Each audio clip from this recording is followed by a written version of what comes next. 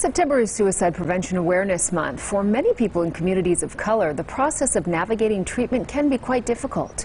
Mary Jane Bellieza joins us in studio now to explain. Mary Jane? Local organizations want to bridge that gap and break barriers to minority mental health care, but they say it's going to take the community's help. Racial and ethnic minority communities still face unique struggles when it comes to mental health.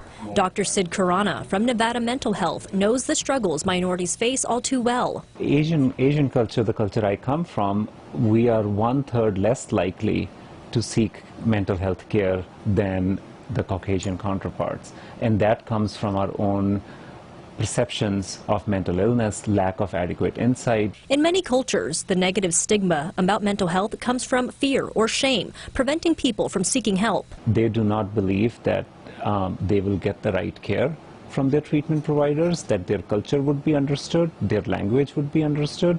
They have a distrust of the system, and that many times are factors keeping them from seeking care. Other factors also include the type of community you live in, lack of transportation, and lack of health insurance. Dr. Sheldon Jacobs, the vice president of NAMI, the National Alliance of Mental Illness in Southern Nevada, is trying to change that. We've been working a little bit more with youth as well as communities of color. And so really one of the emphasis has been on just meeting people where they are. Dr. Jacobs says NAMI is working on partnering with other local mental health organizations to identify those needs. So we're really trying to educate individuals in various communities about mental health, and then also just trying to normalize as much as possible by spreading awareness.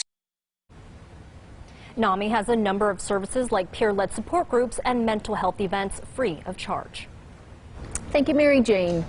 The next event, called Sharing Hope, a night of exploring mental wellness within the Black community, will take place at City Hall September 23rd at 5:30.